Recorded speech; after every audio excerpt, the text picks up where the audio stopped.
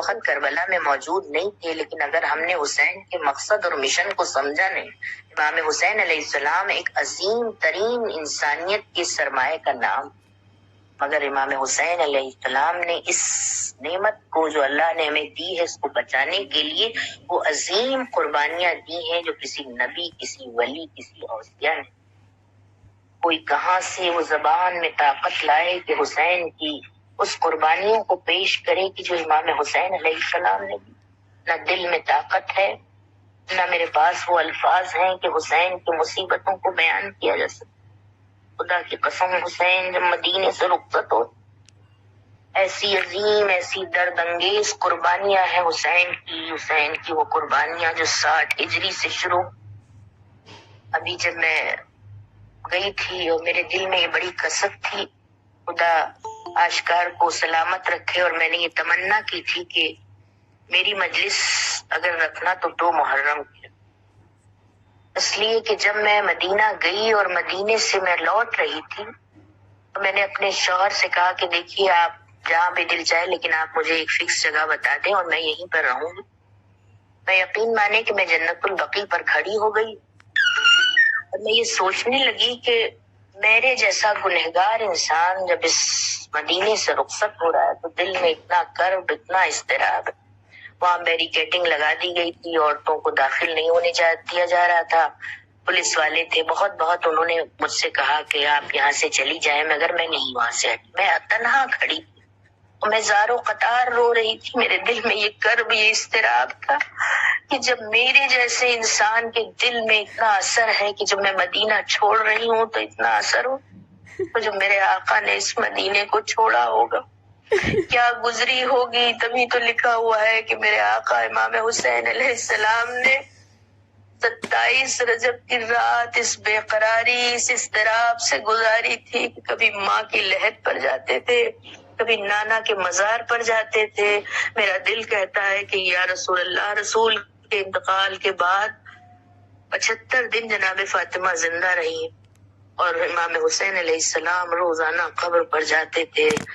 وہ وقت آیا، اس سے بڑا وقت کیا ہوگا جب فاطمہ اس دنیا سے گئی ہیں تو چھوٹے چھوٹے بچوں کے دلوں میں چھوٹے دل ماں کی جدائی سے تڑپ رہے تھے۔ لیکن کربلا کا وہ واقعہ ہے کہ اتنی اہمیت دی گئی کہ میں نے کسی کتاب میں نہیں پڑھا ہے کہ جب حسین رخصت ہو رہے تھے اور حسین ماں کی قبر پر جاتے تھے تو رسول نے یہ کہیں نہیں کہا، نہ میں نے کسی کتاب میں پڑھا ہے نہ سنا ہے کہ رسول نے یہ کہا ہو کہ بچوں ماں کا آخری دیدار کر لو، ماں رخصت ہونے والی۔ لیکن نہیں معلوم کہ 27 رجب کی رات حسین پر کیا گزری ہے۔ مورخین نے لکھا ہے کہ حسین اس طرح جاتے تھے ماں کی قبر پر کہ جیسے ایک بچہ دوڑتا ہوا ہے۔ میں دن نہیں بھول سکتی ہوں کہ حسین کے دل پر کیا گزری ہوگی، مدینے سے کیسے رخصت ہوئے ہوں گے اور کس طرح آئے ہیں یہ قافلہ۔ کچھ میں نے تو اپنی آنکھوں سے دیکھا ہے، اس لیے میرے ایک مناظر گھوم رہے ہیں کہ وہاں سے 7 کلومیٹر کی دوری ہے یہ مدینے کے بعد جب حسین کا قافلہ رکا تھا اور ایک بچی یہ کہہ کر آئی تھی محلن محلن بے ابی، اے بابا ٹھہر جائیے، میرا دل بہت پریشان ہے، میرا دل بہت گھبرا رہا ہے۔ حسین نے مدینے سے مکے کا رخ کیا ہے اور جب مکہ پہنچے ہیں تو محمد حنفیہ آ گئے، وہ حسین کے جس نے 25 حج پاپ ادا کیے ہیں، لیکن حج میں امام نے دیکھا کہ یہاں پر حسین کا خون بہانے والے موجود ہیں، حسین نے حج کو عمرے میں بدل دیا۔ محمد حنفیہ قریب آئے کہ آقا کہیں بھی چلے جائیے، یمن چلے جائیے، لیکن خدا را کوفے کا رخ نہ کیجیے۔ محمد حنفیہ سے کہا کہ امام کہتے ہیں کہ تمہیں معلوم نہیں، میں اس امر پر غور کروں گا، لیکن جب قافلہ صبح ہو گئی، رات گزر گئی اور صبح اسباب پار کیا جانے لگا تو محمد حنفیہ دوڑ کے آئے اور کہا اے آقا، آپ نے کہا تھا کہ اس امر پہ غور کروں گا اور میں کوفے کا رخ اختیار نہیں کروں گا۔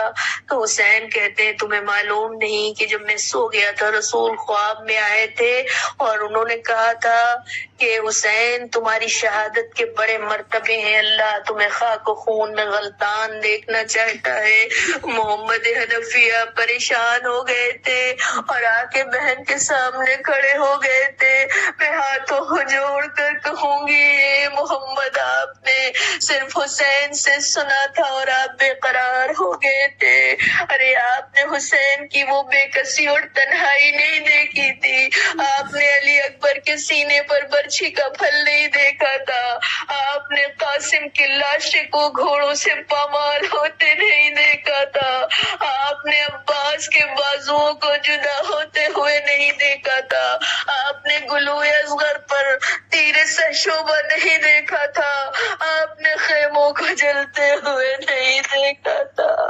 اے محمد، حسین کی بے کسی اور تنہائی یہ تھی کہ حسین 2 محرم کو وارد کربلا ہوئے ہیں، چلتا ہوا فرس رک گیا ہے، حسین گلدناہ سے اترے، اے اسپِ باوفا تجھے کیا ہوا، تو آگے کیوں نہیں بڑھتا، یہ کون سی زمین ہے؟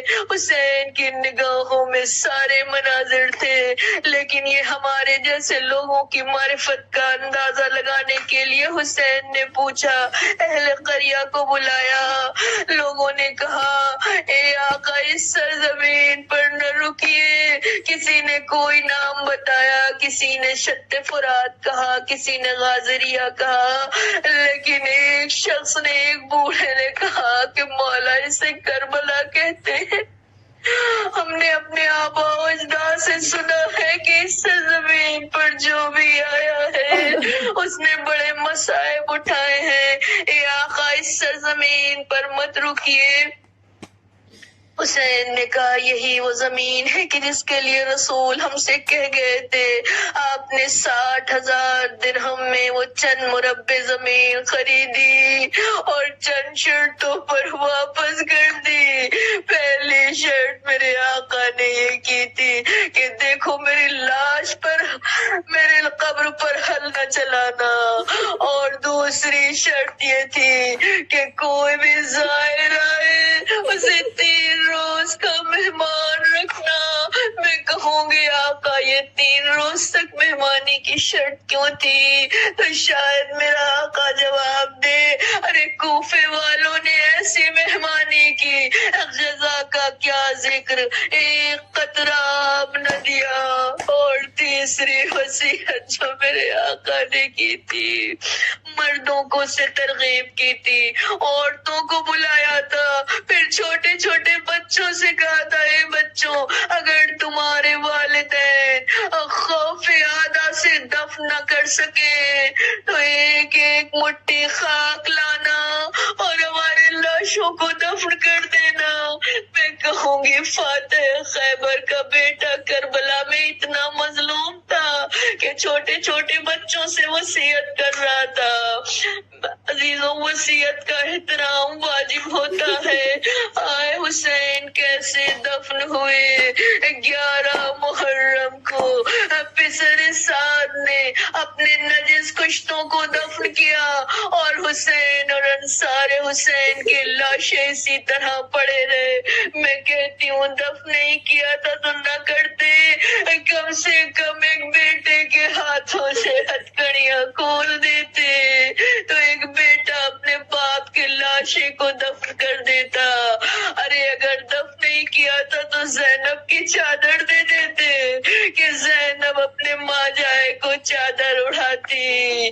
دفن کرنا تو دور کی بات ہے، گنج شہیدہ سے قافلے کو لے کے چلے ہیں، اور جب میرے بیمار امام نے اپنے بابا کے پامال شدہ لاشی کو دیکھا ہے، چہرے کا رنگ متغیر ہو گیا۔ زینب آگے بڑھی، اے بیٹا پریشان نہ ہو، کربلا آباد ہوگی، بھائی کی لاش دفن ہوگی۔ جناب سید سجاد کہتے ہیں، پھوپھی اماں میں کیسے برداشت کروں، ایک بیٹے کے سامنے باپ کا لاشا پڑا ہوا ہے۔